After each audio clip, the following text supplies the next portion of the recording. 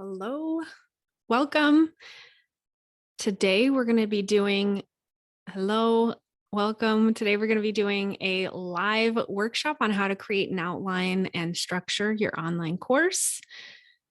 As people join the room, introduce yourselves. I'm seeing lots of participants starting to join. Hello. All right. So as the room starts to fill up, let me know you're here. Hey, Sue. Hi to everybody, she says. Hi, Sue.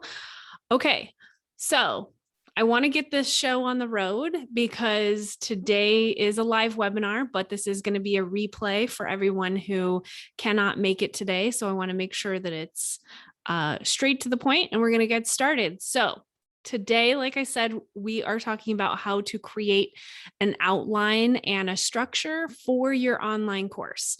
So why are we doing that? This is a follow-up workshop. So a couple of weeks ago, a couple of months ago even, I hosted a workshop inside of the Ivory Mix membership on how to grow a wait list on social media with content for your launch. And I know a lot of people inside of the Ivory Mix community are working on online courses, even memberships and things like that. This training today, this workshop is going to help you do that. The webinar for how to grow a waitlist on social media is still available to watch inside of the membership. So make sure after this, you go and watch that because it's going to be helpful to you when it comes time to launching. But I did think that it would be a good idea to talk more about what it is you're creating for what you're launching and how to actually structure it for success. Okay. So why do that though? Let's talk about why you're going to do this. It's crucial to actually structure and create an outline for your online course before you create one, because you get a better sense of what is most important in your course versus what's not. So I see Giselle's here, who's really excited to be here and says that webinar about the growing your wait list is a must watch. So if you listen to her, definitely go and check it out. But before you actually go and launch your program, you should have an idea of what's inside of your course because you will want to intelligently talk about it, right? You'll want to inform people what's going to be coming in your course. But not only that, you want to give yourself a structure for how to create your course. So it can help you be more precise and focused when it actually comes time to creating it. And also when it comes time to marketing it or pre-selling it or growing your wait list. So this is actually an important step before you even get to that part of talking with your audience about your upcoming course. We want to make sure that we do this outline. So as a result of that, the bulk of what we're doing today is actually building the structure and the outline for your course. But I'm also going to be giving you lots of other things like the steps to create an online course, how to pick a topic, the process of validating that idea before you actually can outline it, what you need to do to record your online course. I'm going to give you some suggested platforms and a quick guide on how to price your course and ways to engage your students so that they actually complete the course. So not in this particular order, but I am going to be talking about lots of these things throughout the discussion of how to structure it, because these things do play a role in why all of this is important. So I just want to share really quick. I mean, you're a member of Ivory Mix, most likely, if you're watching this replay. So you probably know very well who I am, but I want to share you my course story just briefly, so that you have an understanding of why I can tell you how to outline something and why it has helped me and how it's helped me. So just really briefly, I've done different things in my business, many different things. I started in 2015 and it included courses, memberships. I even did, custom work like freelancing, where I would create custom photos for people. I've done coaching and I've created digital products. Okay, so I've done the gambit.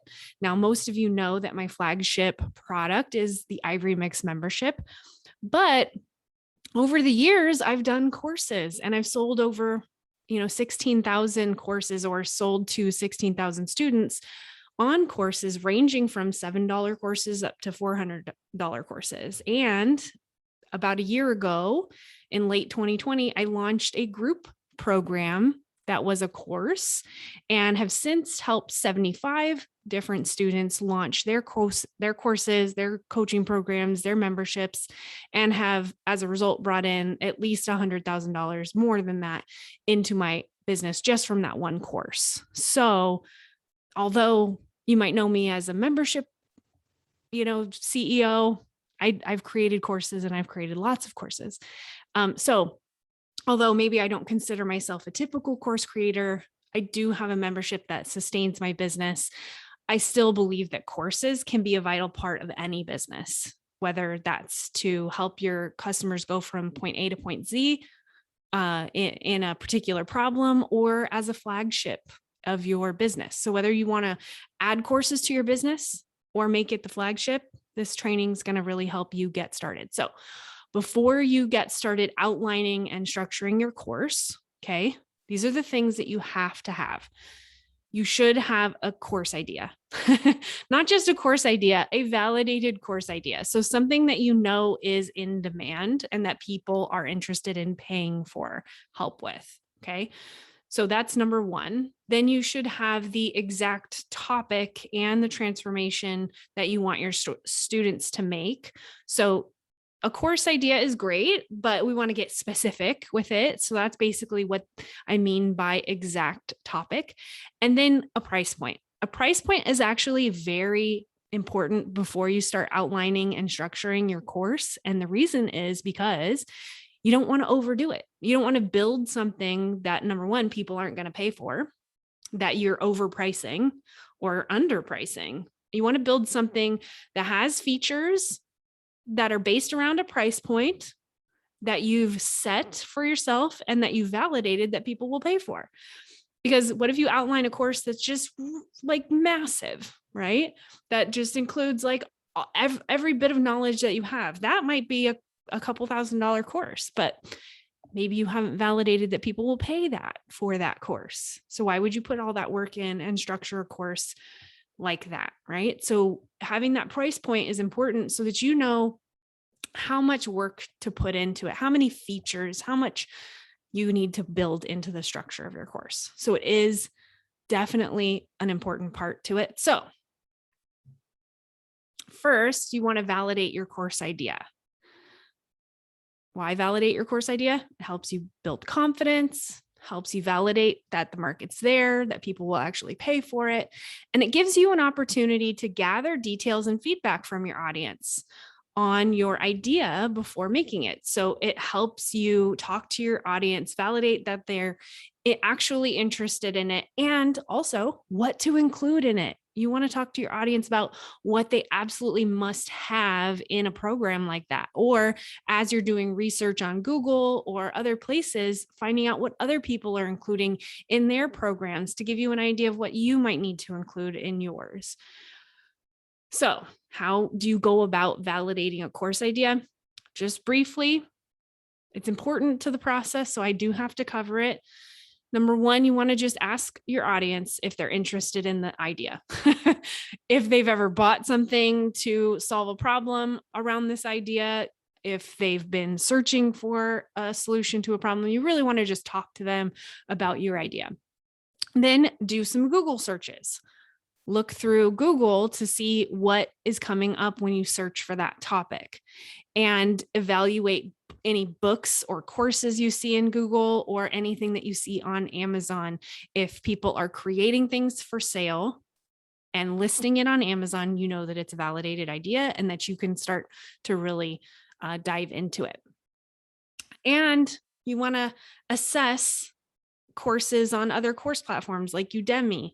So assess whether your exact topic is being talked about and taught. and look at and ask around in forums, Facebook groups, and so on about your topic. So asking people if they've searched for a solution for a problem, if they've ever bought a book on a problem, if they've ever enrolled in a course on a problem, if they've ever, seen other people offer something like that, and what they might be included, or what they might be looking for that should be included in a course like that. So it's really about engaging your audience or engaging people in that, like those forums and Facebook groups on the topic, because I'm going to be telling you to niche down and get more specific. And these are the areas where you're going to want to get specific. So when you're niching down, or when you're getting more specific on your course, so you're going to start with this big, broad idea, you're going to want to start to get a little more specific. So having the ability to talk to people and do this research is going to help you validate whether you can get that specific. And then you can use your own social media content, website, traffic, email list data, any data that you have from your own audience to validate whether people are interested in that topic. So are they constantly reading that blog post about that topic? Are they constantly searching your website for that topic? Do you get more opens on your emails when you talk about that topic? That kind of stuff. And then as you start to build the outline of your course, it's kind of a nice idea to launch a beta program first. So it's usually a nice idea to create a small outline, something that you can launch relatively quickly to further validate the idea. Okay. So I won't dive very deep into that at all, but you definitely want to consider launching a sort of beta version of your course using the outline that we're going to create today. And it validates your idea so that you don't put a ton of work into it, and helps you get started quickly. So once you validated your idea, you want to pick your topic and the transformation that it will provide. So at this point, once you validated the idea, you're going to take that idea and you're going to niche it down. So I've already said that a few times, but it's important to do, because let me show you. So let's say you want to teach a course on how to build a house. Okay. I don't know if anybody here is interested in doing that, but this is going to be my example for today. So example, how to build a house. This is pretty broad. There are lots of different types of houses. There's ranch style houses. There's 2-story houses. There's farmhouses, cottage. There's tons of different types of houses. And different types of houses for different regions. Like you wouldn't build the same house that you would on the ocean as you would maybe in a city or something along those lines. So there's different building materials, blah, blah, blah, blah, right? We want to get more specific. Who's going to buy this course on how to build a house? Well, maybe in order to niche it down, we need to pick a style of a house. So a better niche down version of the course would be how to build a Tudor style house. So I don't know if you know that style house, but that's going to be my example for how to niche down in this. Or, maybe your course is on how to build a website, versus something a little more niche down, or a lot more niche down, would be how to build a website in a week with your coaching business, or for your coaching business. So this not only tells you who this course is for, it tells you what they're going to do, what platform they're going to use, and how long it's going to take. So we're really niching down into what the course is. So you want to make sure that you do pick a course topic and get real specific with it. Okay. Then you want to price your course. So remember, I said these were the components before you can start outlining your course, which is the point of this training today. So pricing it is a big ask. I'm asking you to price what you haven't even created yet, but it's going to make sense for you in a second why and how you can do that. So first, when you have your course idea, what you want to do is you want to start with asking your audience point blank, what would they be wanting in a course like the one that you're thinking about creating? What must be included? Some of your audience might say it has to include videos. It has to include tutorials. It has to include some group work together where you show us how to do stuff and we get a chance to ask you questions. Like, you're going to get responses like that. Those are the responses that you want, because that's going to tell you what kind of program to create and also how much to charge for it.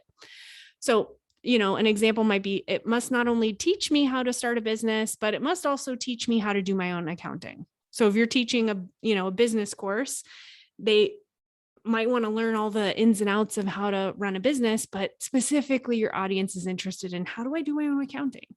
So that's a little more specific, but maybe, it's as broad as, it must include live group Q&A, or it must have video tutorials. So these are the types of things that are going to give you feedback into what should be included into your course. It tells you a little bit about how much work you're going to have to put into it, and gives you an idea of what this might be worth and what the value of it is. But not just that, what you want to do then is ask your audience, what would they pay for a course like yours that gave them exactly what they wanted and what they needed? So those requests that they had, like, it has to include a video tutorial, it has to include a Q&A. You should ask, what would they pay for a course like that? Now, if you don't have an audience, that's okay. You can do this research on Google. You can start Googling competitors, Googling people who include those types of things in their courses. Maybe it's not a competitor, maybe it's in a similar niche, similar type of topic, but you can do some research on these things. So when you've included some of those items, what are these courses being charged at? Okay. So you want to establish sort of a base of what's going to be included, what are other people charging for this, and what is my audience saying they will pay for a course like this. If they say they're going to pay for a course like that, then you kind of are also validating your idea and validating your price. So like I said, do some research on what others are including in their courses and what they're charging.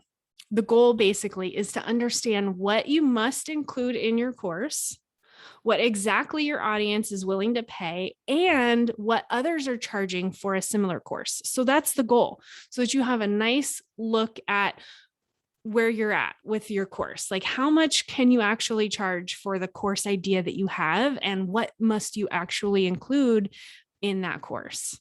And then know that this not only tells you how much to charge for it, but it also tells you and gives you a guide on the minimum amount of effort that you have to put into it before, or in order to retain marketable and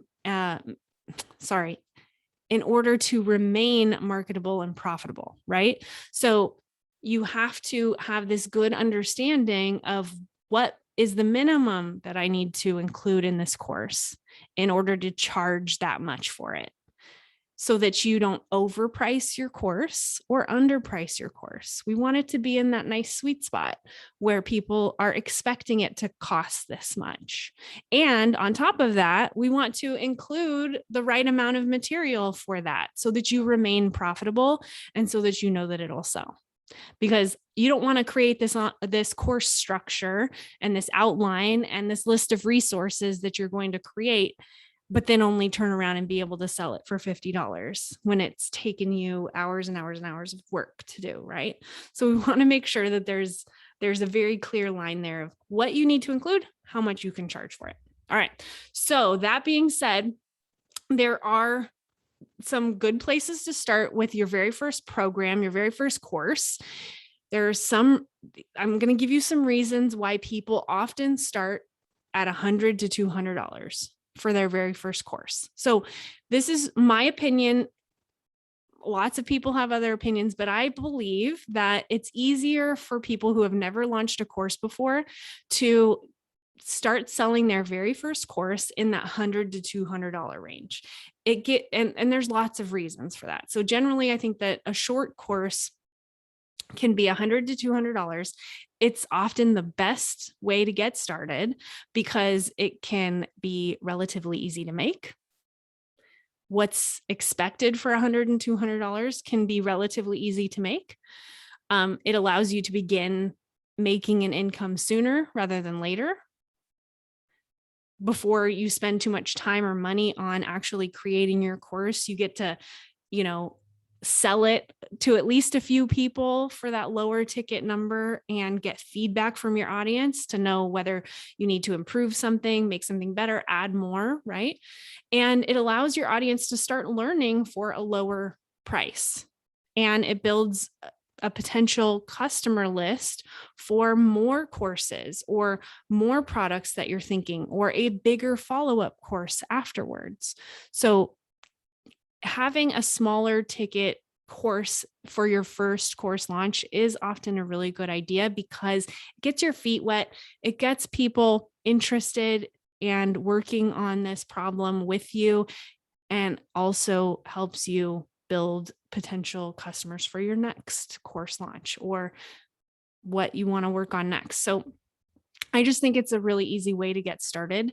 And it's usually best if you start in that lower ticket range. Now, if you're thinking of doing something more expensive, I think all more power to you. But here's a few things to consider if you're thinking of charging a little more for your course. So if you're thinking of choosing something a little more expensive than $100 to $200, perfectly fine. It might be a more intensive course for you to create.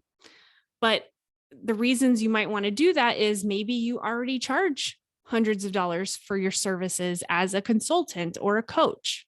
So if you're already at that point, then it doesn't make sense to launch a course that's $100 to $200 that directly competes against something that you charge $100 and $200 for an hour, right? So you have to kind of think about what it is you're currently already charging in your business and what you're already offering. And it needs to fit well within your suite of services and courses, right? So that's one thing to think about.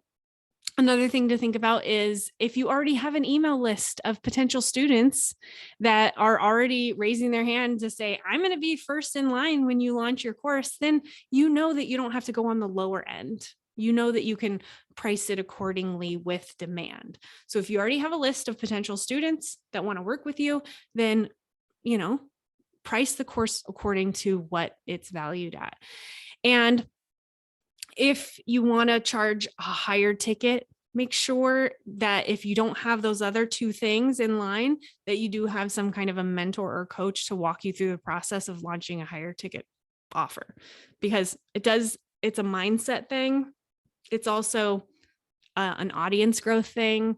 And it's also a, building value thing. So there's lots of components to it. So if you are thinking of launching something higher ticket, like a coaching program or a course that comes with coaching or something along those lines, definitely look for some kind of mentor or something to help you through that process. So, all right, now that we've gotten through all of that stuff, I do want to remind you that creating and launching the minimal course or a starting point for a course can help you get more testimonials early on and allows you to add more content and increase your prices over time. So this outline and structure that we're going to create, this can be just the starting point. You can add to it later and know that you can charge more for it in the future, and that this first version of your course can be just a starting point so that you can get people in the door, so that you can start helping people, so that you can start getting testimonials, and know that raising the prices can be the next step. So no matter where you start, you have somewhere to go. All right. So once you've validated your idea, your price, how do you make the course? So as you are making your course, I want you to keep an eye on the big picture of your outline. The big picture and the thing that you must remember as you're creating the outline and the structure of your course is to remember your audience's goals and what they want to see in a course like yours and what they actually want to achieve. Every step of the way of creating your outline, you need to keep that in mind and remember that, because it's so important to not include too much information, but to include the right amount of information. So remember why your audience will buy your course, and remembering these things is going to help you not add too much and add just the right amount. So remember, they want to learn from a real person with experience They want that information to be organized, easy to follow, and a step-by-step process. They don't want it to be all jumbled up and confusing. And they want to have that outcome once they complete the course. So your goal when creating the structure and the outline for your course are these three things. You're going to share from your experience. You're going to organize the information in an easy to follow step-by-step system, and you're going to work on creating the outcome for them as they work through the steps. So those are the things to always keep in mind. And as you're working on your course outline, frequently ask yourself, is this content necessary in order to meet the overall objective of the course? And if it's not, then leave it out. It's not necessary. You can add it later. If it becomes a question, or if someone keeps asking the same questions, you can answer that with additional material. But honestly, it's better to leave stuff out than it is to add it in if you're not sure if it meets the objective of the course and actually helps them with their goal. So if you do this in your course, your students are going to be able to accomplish the outcome. They're going to get the fastest results possible. But if you include everything you know about the topic and include everything in it, it's going to be really hard for them to focus and get the outcome that you want. Your students might not complete the course. You might have a harder time getting testimonials. You might have a harder time selling it. So it's just as important to consider what you need to leave out as much as what you need to include. All right. So let's just keep that in mind. It's really important because honestly, more information is not better results, right? So to get started creating the outline of your course, you'll first want to understand the components of a course and a format for your course. So let's just cover briefly the components of a course. So I'm sure you've taken an online course before. If you haven't, let me know in the comments. But a course is basically an online school, an online, like when you take a class in college. It's going to include things like lessons and resources and things like that. But in an online course, there are very specific terms, and I'm going to be using these terms throughout this training. So I want you to be familiar with them. So modules refers to an instructional unit that focuses on a particular topic. Okay. So it's just one topic. A module is one overall topic. Lessons are a structured period of time where learning occurs. Okay. So can be an hour-long session. It can be a 30-minute session. It is on a particular topic, but it usually falls within the module, the bigger topic. Then there are resources like materials, worksheets, videos, audios, and then bonuses. So these are not necessary for the course, but they add value to the course. So those are the terms that I'm going to be using. If you have questions about any of that, let me know. But then we also need to understand the course formats. So there are 3 different types of formats you can create your course in. There's a step-by-step course. Okay, so you can create a step-by-step, A, B, C, D. This is where you follow the steps 1, 2, 3. Okay, that's pretty easy to understand. And so let's say you're going to create a course on how to build your own Tudor style house. Well, I would create the steps for how to build your own Tudor style house. I would build out a course walking them through step 1, step 2, step 3, step 4. That's one structure of a course. Okay. Then the second type of course you can create is a week-by-week program. So this is typically dripped out over weeks at a time, assuming that your student's going to be completing the project, the coursework week by week. So a lot of times people do these courses live. So they do them live with their students. This is very helpful because it allows people an opportunity to ask questions for the course creator, but you don't have to do it live. You can record it and drip it out week by week by sending them automated emails with the course material or putting it into a course platform that drips it out over time. So like I said, this is a drip coaching drip program that could include weekly coaching. And so an example for this that I'm going to be talking about in this training is how to add crown molding to your house in 4 weeks. So that's got the weekly component. So we're going to break that down into week by week. Or the third type of structure is an educational or a study or a reference course. So this would be like a beginner's course on finished carpentry, how to start working with wood A to Z. So that's like, there's no real outcome in terms of I'm going to build a house or I'm going to put crown molding in my home. This is more educational. So I can just refer to it at any time and learn things when I want to on a particular topic. Okay. So those are the 3 course structures. I don't know if you have a particular structure that you're thinking about, but most structures, most courses are step by step. So I'm going to give you a lot of information on step by step, but I'm going to tell you how you can apply those things to the other 2 formats. So building a step-by-step program includes taking your student on a journey from where they are right now to where they want to be, guiding them along the way, right? So the steps are connected, building logically on each other towards the goal.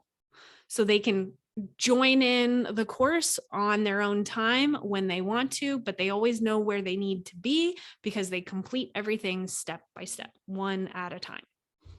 So for a short entry-level course, you probably want to focus on just 3 to 5 steps. That's most course programs. So when you're thinking about how to structure your online course, think about the modules and the steps, the big steps. Now, I'm not asking you to do this right now. I'm actually going to walk you through this process. But when you're creating the outline for a step-by-step course, you really want to have 3 to 5 modules that will make up the skeleton or the backbone of your course. And each module then will contain a number of lessons within that to teach the actual content. So you've got that example right here. Module 1, lesson, module 2, lesson, module 3, lesson. Okay, so that's what I'm going to walk you through. So to start creating your outline, what you want to do is create a very messy list of items that have been researched, items that your audience has requested, items that you just are thinking about, items that you know are included in the process. So this is just going to be a very messy brain dump list of everything you can think about in terms of this course and course idea. So create a list of items your audience has requested.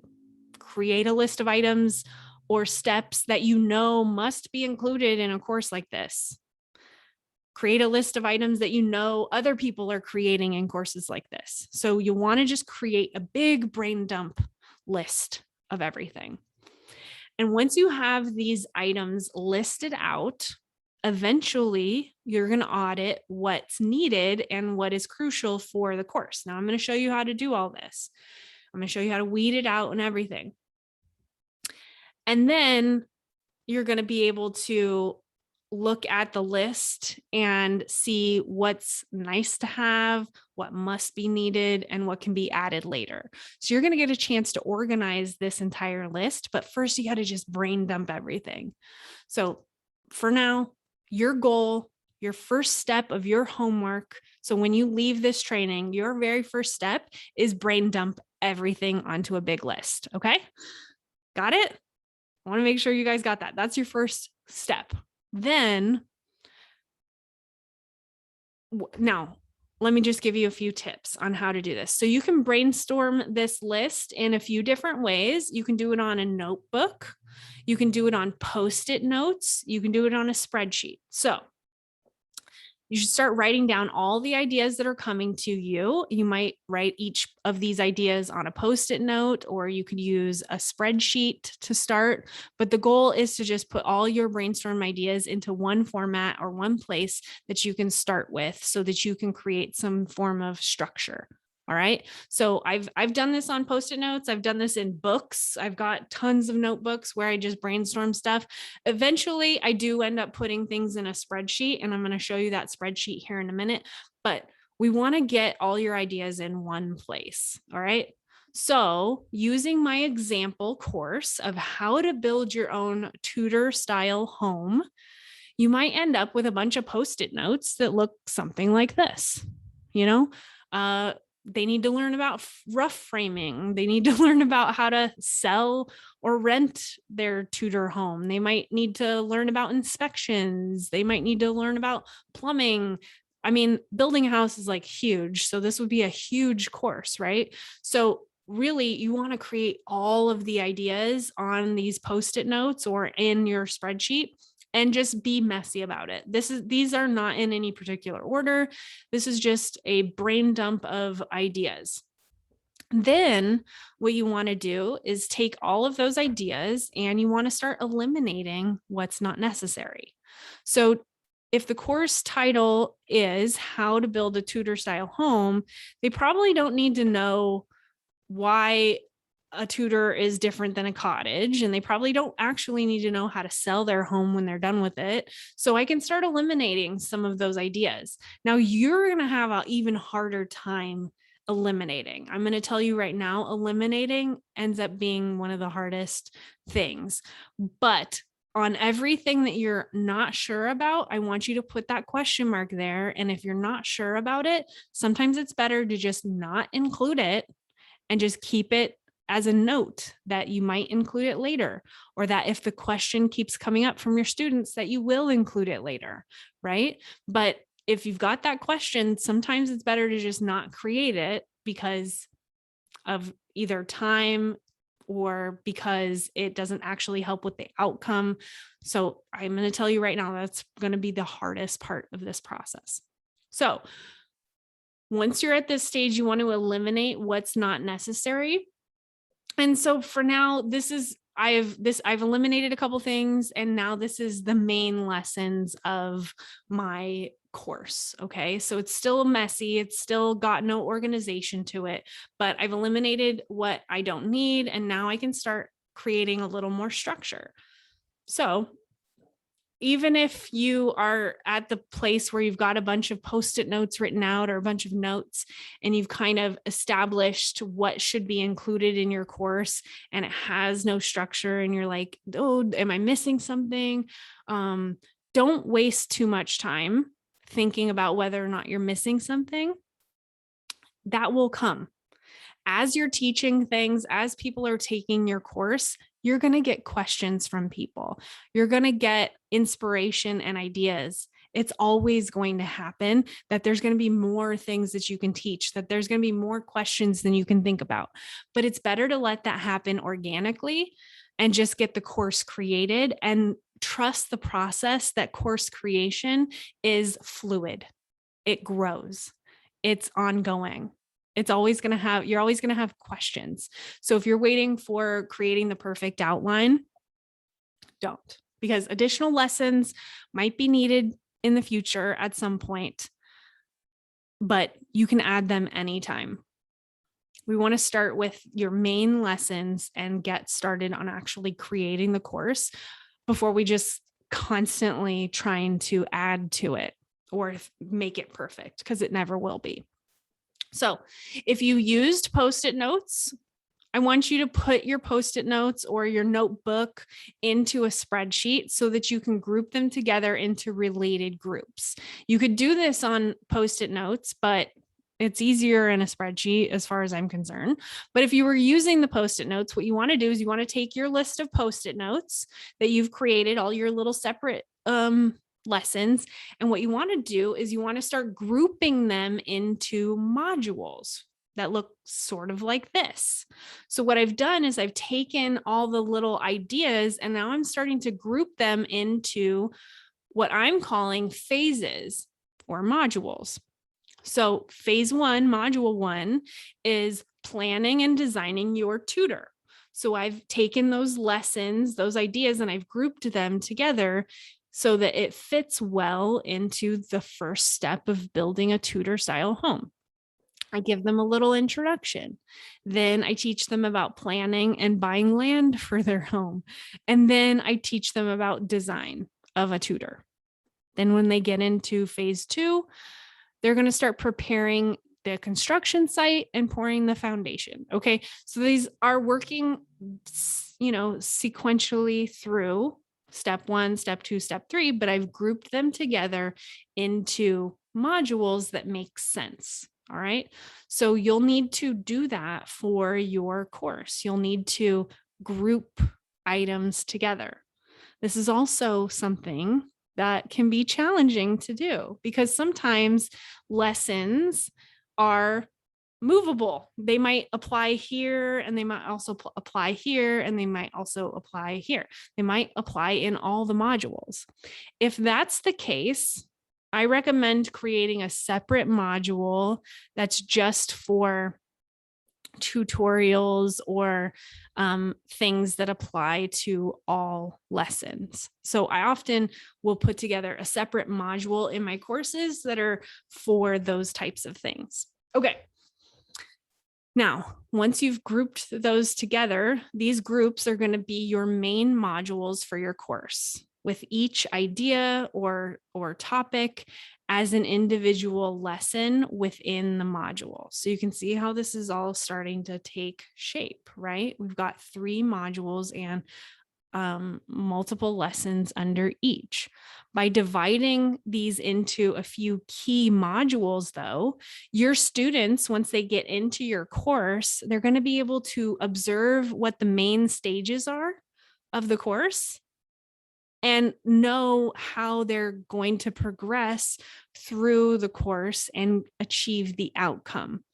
So a lot of people will manage their time in the course based on these modules, based on, how much they want to accomplish. So having the modules built out actually helps them plan how they're going to take your course as well. So after you've created the course outline with these lessons and these modules, you want to plan all the key micro steps and points that you want to include within each lesson so that when you're ready to actually put together the course, record the material, write the lessons, or create the presentations, that you simply just follow your own framework rather than creating it as you go. So I'm going to give you some examples of that. So, my tutor example, my tutor course example, let's say we're using Post-it notes for this, like we're still not using a spreadsheet. Okay. So I've got my Post-it note for my first module. This is phase 1, planning and designing your tutor. Then the first lesson is an introduction to the history of tutor. Well, what do I want to include in that lesson? So then you want to further break that down. Well, I'm going to talk about regions where you can find a tutor, characteristics of a home, and materials needed to build a tutor, and what tutor homes used to cost versus what they cost today. So this is sort of just an introduction for them, but these are the points that I want to include. Now I have a structure for my presentation. Now I have something to help me create a presentation easily when I go to record it. Now I have something that I can talk about with my audience when I go to grow a wait list, right? So building out the details of each lesson is important. I'm not asking you to write the lesson. I'm just asking you to bullet point what might be included in that lesson. So that is the next step here. And you're going to want to do that for each of the lessons. All right. So I've been showing you how to do this on like quote unquote Post-it notes, but I really think that it would benefit you to put it in a spreadsheet. So I'm going to start showing you how to do this in a spreadsheet so that it makes more sense, digitally, so that you can organize yourself on your computer or however you organize yourself. So in a spreadsheet, it's probably going to look more like this, where you've got the module, which is phase 1, planning and designing your tutor home, the lessons, and then the details of each lesson. So you can see how that progresses. And now we're starting to create an actual outline for our course. But remember where we started? We first started with a bunch of different notes, a bunch of different post-it notes, and a bunch of different ideas. The key here is being able to group them together into phases or modules, group the lessons together in individual modules that make sense. Step 1, step 2, step 3, right? Okay. So I'm going to give you a spreadsheet that you can use in a minute in order to create this kind of outline. But let's talk a little bit about how a week by week program, or maybe a group coaching program, would be different than this step-by-step course. So if you're thinking about creating a course that you can do weekly with your students, let's just talk a little bit about how those are different, because there's just a little bit of difference there. It's still in a step-by-step format, but you have to remember some key things about the difference between weekly and a step-by-step program. So the main difference between a step-by-step course and that structure and a week by week structure is that your lessons are going to be organized by the weeks in the program and not the modules. So modules are like big topics, but the weeks are the most important aspect of your week by week program, because you have to be mindful of how much information is going to be too much information and what's actually achievable in a week's time. So it's completely different in that sense. So I'm going to give you some examples. So let's say that you have a 4-week course on how to add crown molding to your house in 4 weeks. Okay, so you would use the weekly format to give your students weekly tasks and lessons so that they can accomplish this in 4 weeks, because it's a 4-week course, right?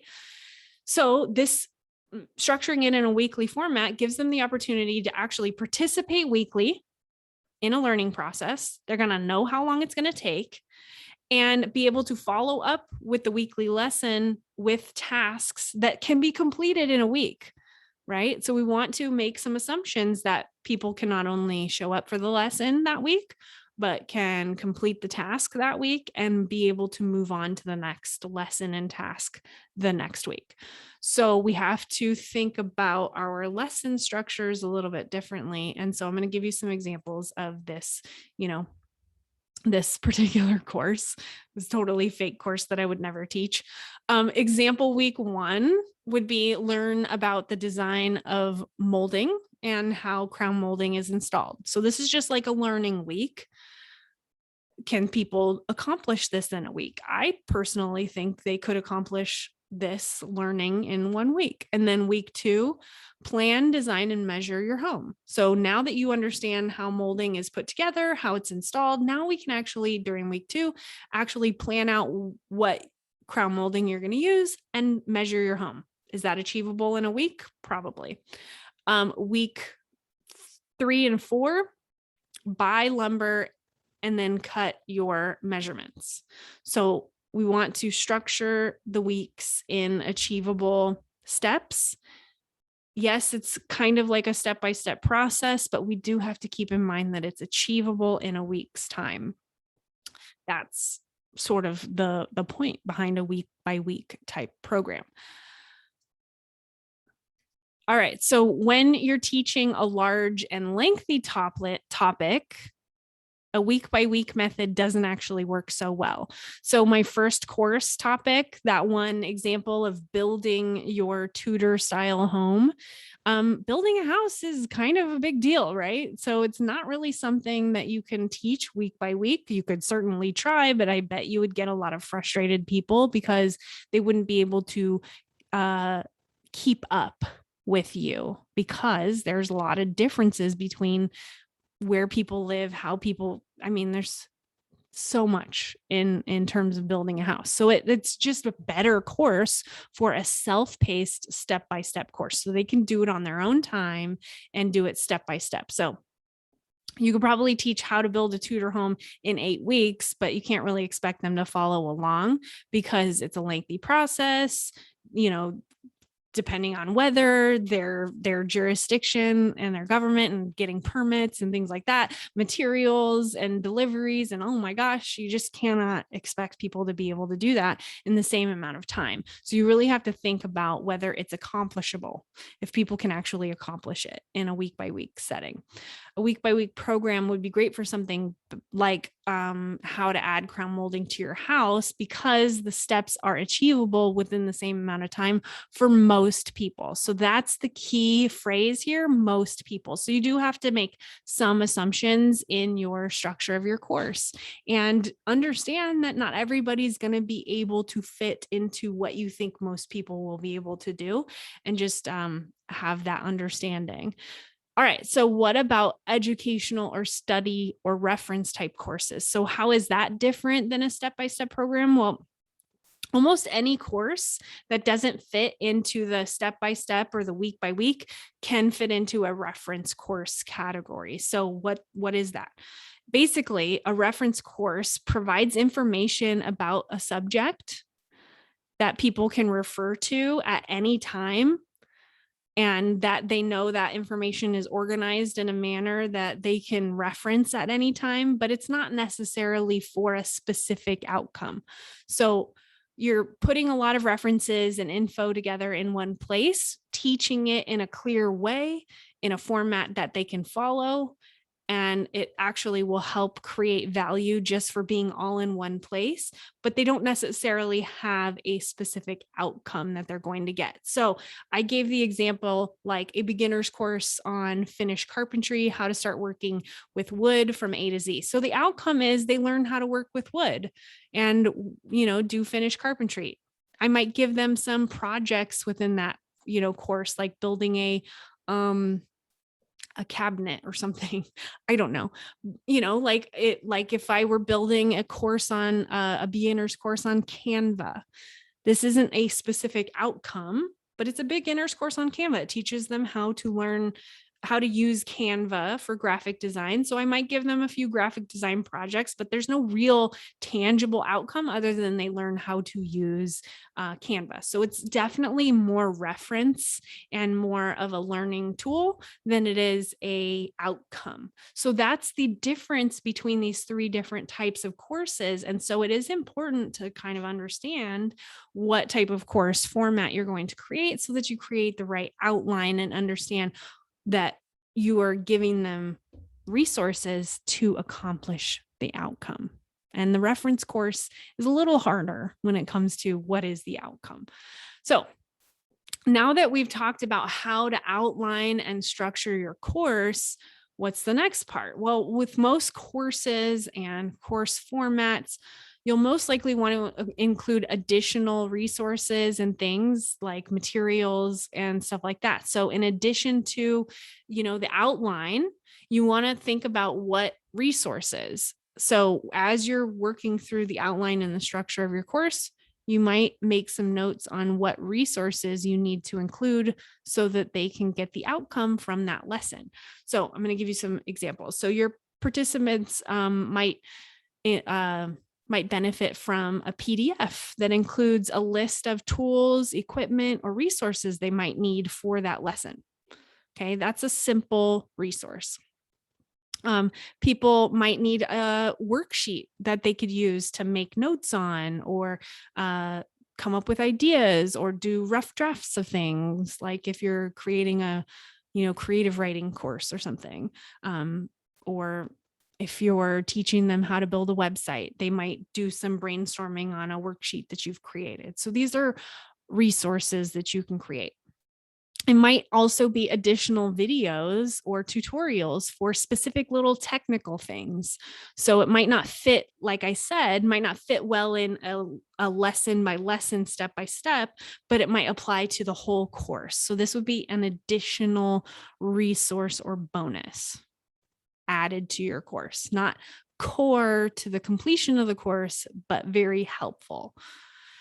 So, in this example that I've been using of how to build your own house, resources might be a construction budget spreadsheet, a list of contractors that specialize in Tudor homes in America, a short video role playing how to negotiate with a contractor, right? So these are things that someone might really want to learn, but it might not be necessary for the completion of the project, right? So that's where resources come in. They're very, very helpful, but sometimes they're not always necessary. So you can add these resources to your course. You can pitch them as bonuses when it comes to selling your course. They do help distinguish your course as something different from others available, and it also adds value. So it is important to kind of think about as you're structuring your course, because it can help you in the sales process and also adding value. These often are some of the things that push people to actually join, because some of those resources maybe somebody's already building their tutor home, but they want to take a course because they have some specific questions that they think a succinct step-by-step course could help them with. So even though they've already started the project, they could enroll in the course because they see that it includes a lot of these features and bonuses that they really need help on. So sometimes these things are the final push to help people enroll in a course and make a decision. So I want to give you some tips that inside of the Ivory Mix membership, there are lots of templates in the Canva templates section that can help you with building out resources. There's this lead magnet bundle where it has worksheet template, a mini ebook template, a checklist template, a roadmap template. So if you want to walk people through the steps of your course, you can build that out on the roadmap template. There's all of these. There's presentation template to help you with a webinar, or to help you with your actual lessons if you want to create that, or if you want to put your lessons into an ebook, we've got some ebooks here for you. So we do have some templates for you to get started in creating some of these resources as well.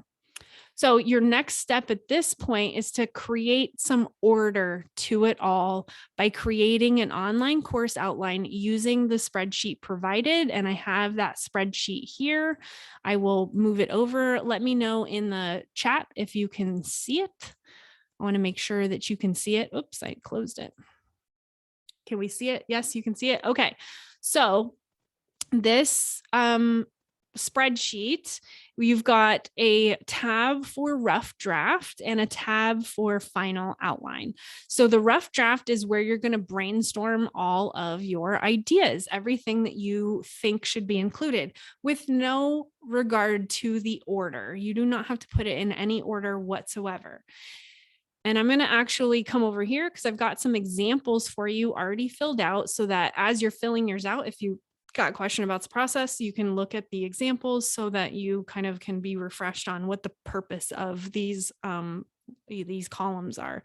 So lessons, example lesson, I'm putting in here history of a tutor style home, planning and buying land, how to sell and rent your home. Okay, so now that I've got all the ideas, this might be 50 ideas long. It might be really, really long. Well, once I've got all my ideas in there, what I want to do is think about the possible steps, modules, or milestones each of these lessons might fit into. So I'm going to look through each lesson and I'm going to go, okay, is this, step 1, step 2, step 3, step 4? If you don't know that yet, you can skip this and come back to it. So you don't have to do that part first. Then you might think about additional resources you could add. So, on this planning and buying land, well, I think maybe a budget spreadsheet could be nice. It could be an added bonus. So I'm going to put that there as a note for myself so that I can think about if I want to create that later. Then I want to basically establish what problem am I solving with this lesson. So often your ideas are very good. However, is it necessary to the outcome of the course? And sometimes you might find that when you're coming through this column, is it 100% necessary for the course? You can get real with yourself and say, you know what, this would be nice to know, and I'm sure they would enjoy it, but in respect of my time and in respect of validating my course at this moment, it's not necessary for the outcome of the course. So you can put yes and no next to it. And this column where I say, does it solve a problem or give an outcome to the student, this helps you sort of think through that process of whether or not it's necessary. So these two are kind of tied together to help you establish whether or not it's necessary. And then basically point blank, do you add it to the program or not? Yes or no? And then make any notes necessary. So you can just make some general notes here. So this, like I said, is just a brain dump session so that you can organize it. Now, once you have all of these columns filled in, you're going to want to start to try to establish some kind of order. So if you don't know where these all fit in yet, start trying to group them together in steps, in a process, because what you want to do is eventually create a final outline that kind of looks like this, where you have your first module, your first step, where you've established what your first step is and all of the lessons that are included within that module. So I've moved these items from the rough draft. Once I've grouped them together, these two go in module 1, step 1. These two are going over here under the column lesson. Okay. Now, I wouldn't be able to fill this out until I had created this rough draft, because I've got to just get all my ideas out first in order to create some order. But once I do have that, now I can start putting in the lessons. Okay, so I've written out what the lessons are. And then under each lesson, I've got the action steps. So this helps me, if you'll recall, it helps me create an outline for the presentation that I'm going to create for the course, or the video that I'm going to create. So this actually helps structure what's in the actual lesson. All right, so before I go any further, I just want to show you the blank version of it, because it's probably a little more clear. The blank version of the final outline looks like this. So this is how you'll structure your outline. Okay, so you'll start to fill all this in with your exact details once you've filled out your rough draft, of course. Okay, so I'm going to go back to my example. So once you've started filling in your lessons and started filling in the details of each lesson, then you can start pinpointing where resources might be nice. And remember, on your rough draft, you've kind of already outlined that. So you'll be able to sort of plop those in where they fit. And then those same outcomes and wins that you've already outlined on your rough draft. But then you can also start including links to a Google Drive. So if you want to start creating your course material, or start dropping your outline onto a Google Doc so that you can start writing out your lesson or creating your resource, you can do that and then put a link to that folder here. So it becomes now your hub for creating your course, right? It becomes the hub. And then if you really wanted to, you could add a whole new column where you've got a little checkbox. I'm going to go ahead and add that, actually. Now that I think about it, I'm going to go ahead and add it right here and sort it to the right. I'm going to do that right here. Oh, it's all merged. My goodness. Okay, so we'll do that right here. And I'm going to put a little checkbox for you guys so that you can check it off that it's done, just to be helpful. All right. So then once you've completed the creation of that item, you can just start checking it off, right? And so I'll go ahead and add that over to the, the blank document as well. That way you can do that. All right. So the point here is that you've created a hub for your course outline, and you can insert a link to your course material where you're going to start saving documents and things that you're working on. And then you have a place to create notes. So if you launch your course and publish it, as people are asking you questions, giving you feedback, you can start making notes on things you want to improve upon that lesson. So if people are consistently emailing you or asking questions about a particular lesson, you're going to want to keep notes on that so that you can go back to that lesson and add more detail to answer those questions. So this becomes a resource for you to improve your course as well. So these two columns here are going to help you with that. Okay, so that's the spreadsheet. I want to make sure you got it. And oh, I didn't even give you the link to it, right? I didn't give you the link. So we got to do that. I'm going to put the link for anyone watching the replay. I'm going to put it below in the description area of the video. And for anyone in the chat right now, I'm going to go ahead and add it in the comments section. So make sure you grab the link. All right, got the link. Okay, so now that I see you guys popping in there. All right, great. So your next step is to create the structure for everything using your spreadsheet. And once your spreadsheet is organized and you've got your files started, you can then allow it to rest for a couple of days and then go back and review it again. So you're going to fuss with this outline probably for a week or two. I just know from experience, it does take a little bit of time. And once you've got a outline created, let it sit for a couple of days. Okay. Because once you've been working on something for many days in a row, you can miss things, and you don't want to plan the creation of your course too soon. So give yourself a couple of days to just give it a little bit of a breather and then come back and review it again. And I want you to think about these questions as you create the outline. I want you to think about, does it make sense in the order that I've put it? Am I missing anything? Is there any unnecessary number of steps? Have I added too much or not added enough? What sections of the course can I remove and turn into resources instead? So maybe it's easier to just give a resource like refer people to a tutorial from someone else on something, because maybe you're not exactly the right person to teach that particular topic. And if it's just a small component of your course and you need to refer to something else, it's okay to do that.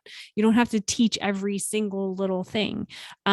But of course, I'm not saying refer out your entire course. Absolutely not. But what sections are necessary for you to teach and what sections could be added as a resource instead? Okay, so once you have the answers to those questions, you're going to have a really well-defined course structure, and it's going to help you deliver that outcome that you want for your students. But not only that, as well as providing you with all of that, it's going to give you a step-by-step structure so that you can start making your course. Now you have an outline for creating the course. So it's so worth the process, and it's going to make you like a productive machine. You're going to be able to actually create the thing that you've been, thinking about for a long time. So now that you have a plan to work from and a spreadsheet to work with, it's time for you to get busy creating the course and recording that content. So at this point, there's often a lot of questions like, can I write the course? Should I just create videos? Do I create audio?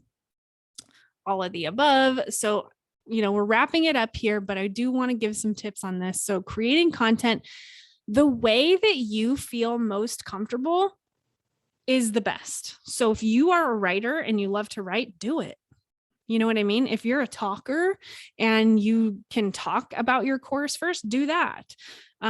Create audio or a video version of your course first, because you can transcribe it later, right? So you have all of these resources available to you, but in order to create the material, it's best to just do what you feel easiest, what you feel is easiest, right? So if you're natural and gifted as writing, then don't think that you have to create a video first. because it eventually will make the course creation process take 10 times longer if you keep trying to force yourself to do something that doesn't come natural. So do the thing that comes natural first and then worry about like translating it into another form later. Trust me, trust me in this process.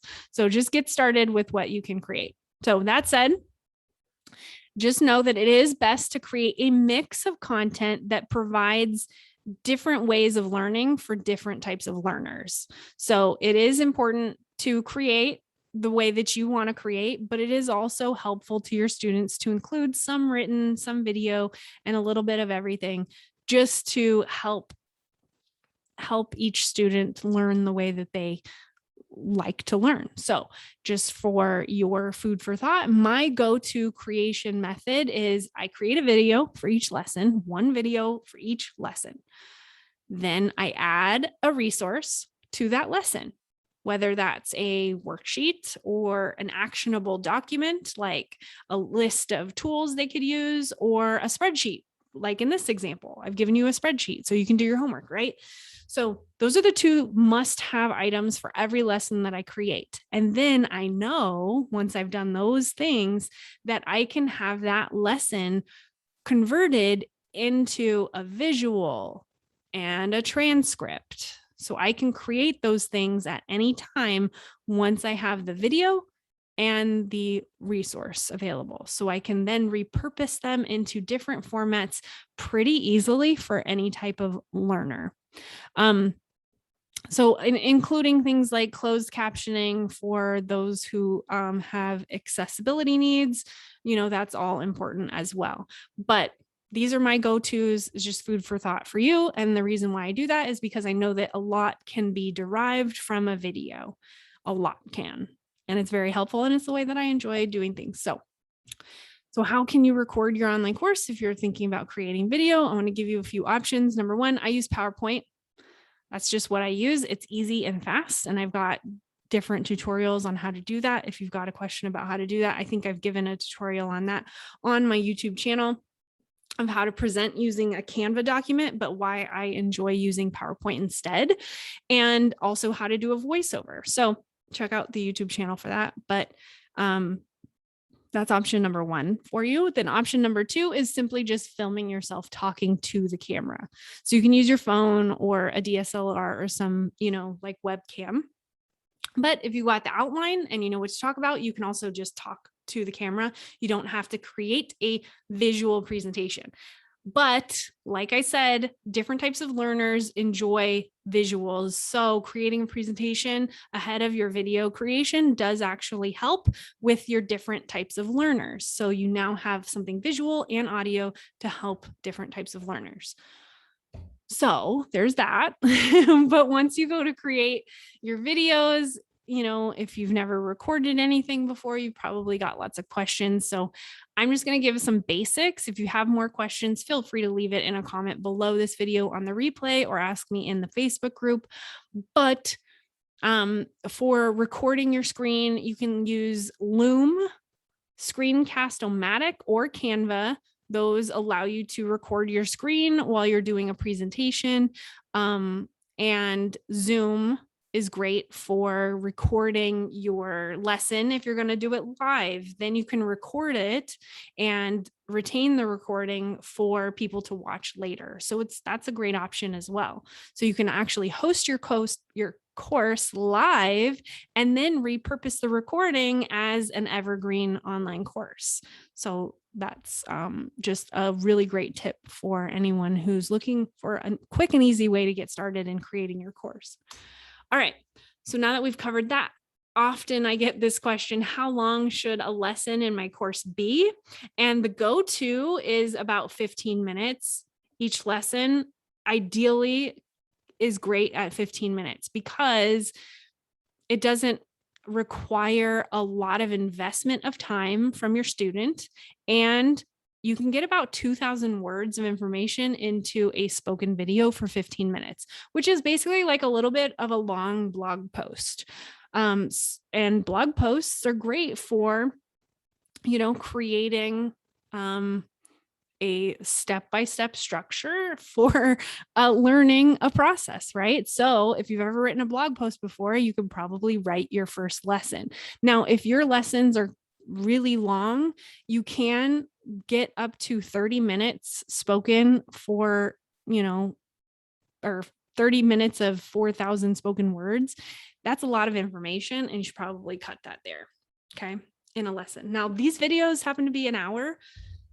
That's just the structure that I use. And I like to teach a full hour.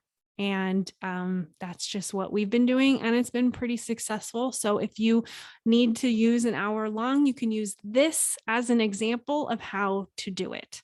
Okay, so I've walked you through the steps, given you all the examples. And it can be hard sometimes to whittle things down further. So if it exceeds 30 minutes or 15 minutes, it is usually best if broken into new lessons. So if I were going to break this lesson down, I would have eliminated the whole introduction and this whole end part. Okay. So if this were in a course as a lesson, I would have eliminated those, and we would have gotten down to somewhere around 15 to 30 minutes. So you can see how that can be done. All right. The other thing is I don't write scripts. So I always use that bullet point to get as detailed as possible without actually writing a script. So remember the spreadsheet here. When you're on the lesson, I've got these details, step 1, step 2, step 3. These are the details for that particular lesson. I will use these as my talking points for my video. I very rarely use scripts, or if there's stuff I really want to say, I will just put it right there on my slides or as notes on my slides. So you can use a script if you really absolutely need to, but I generally think that I've got it all up here. I just need to give myself prompts and create this outline, and I can create 15 to 30 minutes worth of valuable content just with those prompts because I've thought about it ahead of time. So if you do need a script, let me minimize that. So if you do need to write a script, you can, if it helps, but it sometimes just isn't necessary. And the more you get this practice, the better you're going to get. So we're almost done here. I just want to give you some considerations for how you can get your students to complete your course. Okay, so you can include additional things in your course outline and your structure, and that might include quizzes or implementation work where you give them an exercise to implement something they've learned, something like a group activity. So you can add that to your course outline, or you might want to add community support or live Q&A sessions. This is not something you have to put in your structure, but it does actually help your students complete the work. And so if there's any items in your structure of your outline that you think people are going to struggle with, you might want to add a Q&A session to that. And add places within your lessons for sharing your personal story, testimonials or stories from people that you've helped, and real world examples, right? So in order to help your students and in order to get them the results that they want, they will benefit from stories and examples because they'll be able to see themselves within your stories and examples. So without those stories and examples, they'll have a hard time sort of wrapping their head around how to accomplish everything. So use stories and examples and testimonials where possible, even inside of your lessons. Like, yes, I know you've already sold them on your course and they've already paid you. Why would you add testimonials? It's not for your benefit, it's for their benefit. It's just for them to see that other people are accomplishing certain things by sharing their story. So it's definitely for their benefit, not as a sales tool. All right. So last but not least, or we're getting there, platforms you might use to put your outline or your structure: Teachable, Kajabi, Thinkific, Podia, LearnDash, or Udemy. All right. So these are just some basic tools that you can use to create online courses. Ideally, honestly, if I were hosting or launching a beta course, I would probably just put my files in a Google Drive and share that with my first students, because Teachable costs like $100 a month and Kajabi's like, I don't know, $250 a month. And, all these tools cost money. So if you're looking to validate an idea and make money, like, just put your course in a Google Drive and only share it with the people who've purchased from you. That's really like a great place to start. But if you're looking for an investment and a tool, these are my suggestions. I honestly don't think LearnDash or Udemy are the greatest options for you, because LearnDash is for your WordPress website and Udemy is a third-party website. And I believe they take a chunk out of your sales. All right. So if you've gotten through this, I've got just a few places for you to go to next. I've given you the spreadsheet for how to create your online course outline.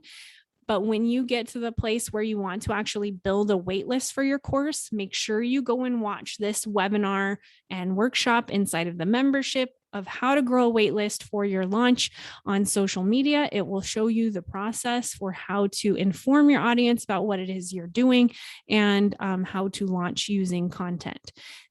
And I've got all these resources for you. So if you're looking to launch your online course, you want to use social media.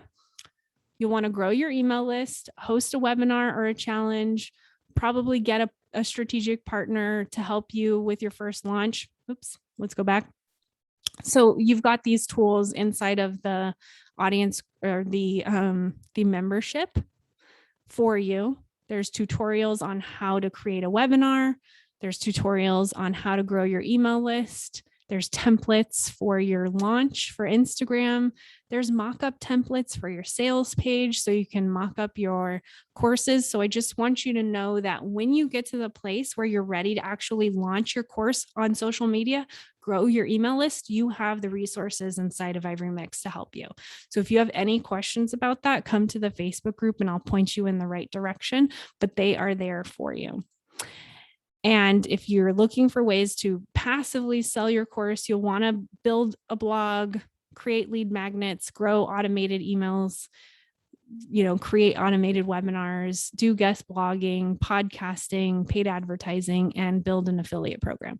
Honestly, this is probably way too much information, but I do want you to know that the Audience Growth Academy is there for you as a member so that you can access more resources and more tools of how to build a evergreen sales funnel and marketing funnel for your course or your program. So if you want to create a YouTube channel that markets your online course, you've got lessons inside of the Audience Growth Academy to teach you how to do that. And there's also workshops on, creating a sales funnel and a welcome sequence so that you can start selling in your email list. All right, so you have places to go once you've started your online course and created your outline. And I just wanted to make sure that you guys know that that stuff is available for you. And I want to open it up for questions. Do you have any particular questions for me at this point? It's been a lot of information, I know. So I know that there's a few of you here and I want to make sure that you get any answer or questions answered. But if you got everything that you need, then this would be the end. All right. Thanks, Sue. Thanks, Giselle. Thanks, Katie and Linda. All right. Well, if you have any further questions, let me know. Giselle says no questions, but now I know what I'm going to do next week. I was waiting for this as my beta testing for a course I did. I would have done it differently. All right, well, good. I'm glad that we got you on the right path, and I can't wait to hear how it goes. So definitely let me know. All right, if you have any questions about where to go next, or, if you have any questions about this process, definitely ask inside of the Ivory Mix Facebook group, and I'd be happy to help. All right. Have a great evening. Bye.